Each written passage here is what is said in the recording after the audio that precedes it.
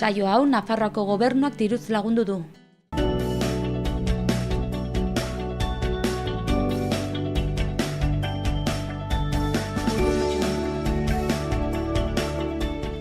Arratsalde on guztioi, ongi etorriak Saloa telebistara, ekainak 14 dugu gaurkoa asteazkena, eta egunez egun Iruñe herriko hotsak eta zaratak saioan gaituzue. Gaur elkarrizketan Martin Zelaia dugu, sustrai elkarteko kidea dena eta abiadura handiko trenari buruz hitz egingo duena. Ondoren, zaratak tartean, musika on eta medikuen elkargoen 7. abesbatza talde topaketa nazionala ikusiko dugu. Baina lehendabizikoz, goazen efemerideekin.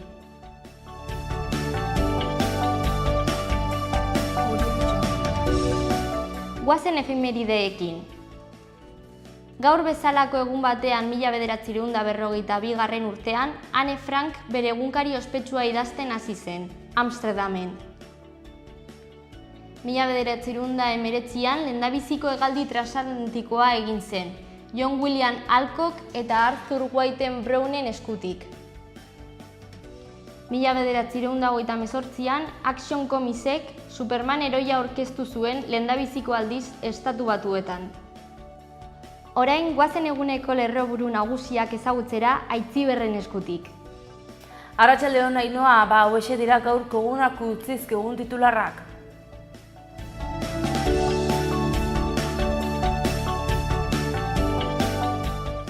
Eguneko albisteekin hasteko Nafarroako korridorearen auzian, Uxue Barkos Nafarroko lehendakariak ez du gustoko abiadura handiko trenaren Nafarroako korridorea eraikitzeko Madrilek proposatutako plana. Lehendakariak esan du, ituna ez dela Nafarroak behar duena.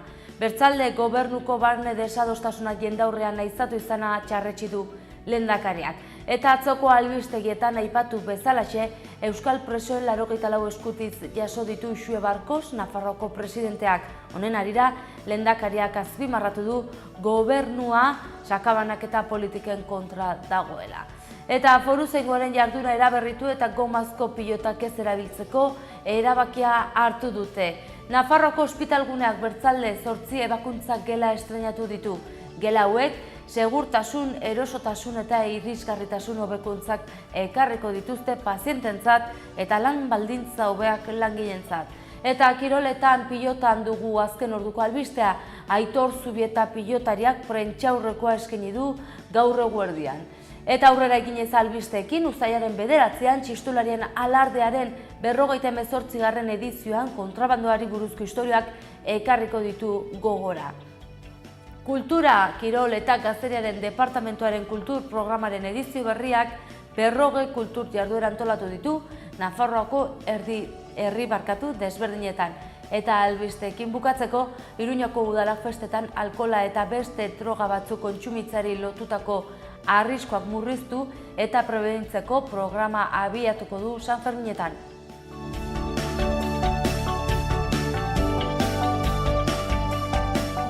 Mila esker Aitziber, orain goazen egunkarietako titularrekin. Diario de Navarra zen aierdik abiadura handiko trena defendatzen du eta bere kideen gandik aldentzen da. UPN, PSN geroa bai eta PPren babesa dauka.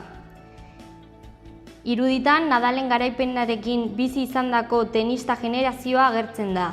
Barnekaldean gaian sakondu egiten da. Pablo Iglesias etorkizun gabeko zentsura batean desgastatzen da. Osasunak 40 milioiko kantitatea ordaintzen ari dio Haziendari. Orain jarrai dezagun Diario de Notiziasen titularrekin. Podemos zentsura mozioa PP eta Rajoyren korrupzioa isladatzen du. 8 kirofano berrien sorkuntzak urtero 700 operazio gehiago egitea posiblea egingo du. Aierdik AHT-an inbertitzea beharrezkoa ikusten du Europara iristeko. Estrasburgok Espainia kondenatzen du atutxa zuri autodefendatzerako aukera kentzeagatik. Gara egunkariako titularrak. Dokumentazio faltsuak UAGN sindikatuaren fraudeak erakusten dute. Zentsura mozioa korrupziotik soberaniara. EH Bildu koalizioa besterik ez izatetik, bilkide eta partiduen ezberdinak gehitu izatera. Orain Berria egunkariaren titularrak. Atutxa auzian Madrilek defentsa eskubidea urratu zuela dio Europak. Hilarako ordenaren arabera lanerako deia. Bukatzeko, goazen Euskal Herria irratiaren titularrekin. Espainiako Auzitegi Gorenak Juan Mari Atutxa, Gorka Karreta eta Kontxi Bilbao Legebiltzarreko mahaiko kide ohiak kargugabetu zituen SA talde parlamentarioa ez desegiteagatik. Jaurlaritzak espero du 46.000 lanpostu sortzea datorren 3 urteetan. EHBek Txekia, Polonia eta Hungaria zigortu ditu iheslariak ez hartzeagatik.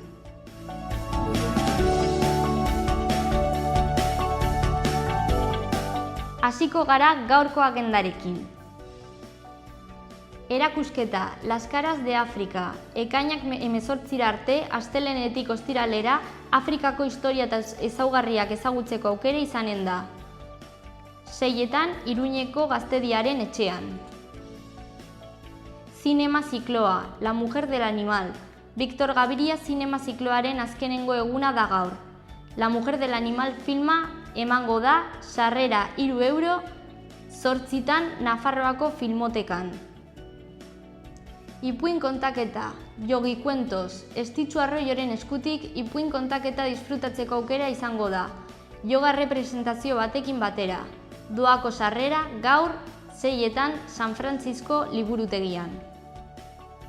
Bihar pintxo eguna dugu, Nafarroako Ostelaritza Enpresario Elkarteak antolatuta. Osteguna ekainak 15 Iruñako taberna ezberdinetan. Laugarren San Fermin maratoia. DN Running eta Rock de Sport antolatuta 42 kilometroko distantzia duen lasterketa emanen da. Larun batean, ekainak 17, 7:30 Gaztelu plazatik Zezen plazara arte. Orain goazen eguneroko eta biharko eguraldia ezagutzera, bale? Orain jarrai dezagun eguraldiarekin.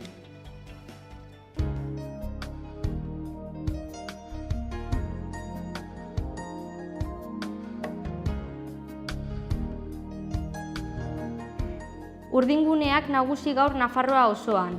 Ipar-haizeak ibiliko da ziertxo bolada gogorrekin arratsaldean. Temperatura minimoetan aldaketa gutxi, baina maksimoak nabarmen jaitsiko dira. Hodeiak eta ostarteak Iruñaldean. Temperatura zertxo bait jaitsiko da eta egunean zehar 35 graduko maksimak eta 17 graduko minimoak utziz. Bihar, goiza eguzkitsua izango da, baina arratsalde gau aldean hodeiak garatzen joango dira. Goizean hego-ekialdeko haizea ibiliko da, ordu batzuk barru iparraldera aldatuz. Temperaturari dagokionez, berdintsu mantenduko da. Baztanaldean eguzkitsua egongo da gaur, 27 eta 16 gradu arteko balioa utziz. Arratsaldean ordea, orduak aurrera egin ahala, hodeiak agertzen joango dira. Bihar osteguna, eguzkitsua goizean eta hego haizea nagusi. Arratsaldean haizea iparraldera indartu eta hodeiak ugarituz joango dira. Egunaren amaieran euria egiteko posibilitateekin. Temperatura zertxobait igoko da. Orain, lehen aipatu den bezala, elkarrizketan Martin Zelaia dugu, Sustrai elkarteko kidea dena eta abiadura handiko trenari buruz hitz egingo duena. Ondoren, zaratak tartean, musika on eta medikuen elkargenoen 7. abesbatza topaketa nazionala ikusiko dugu.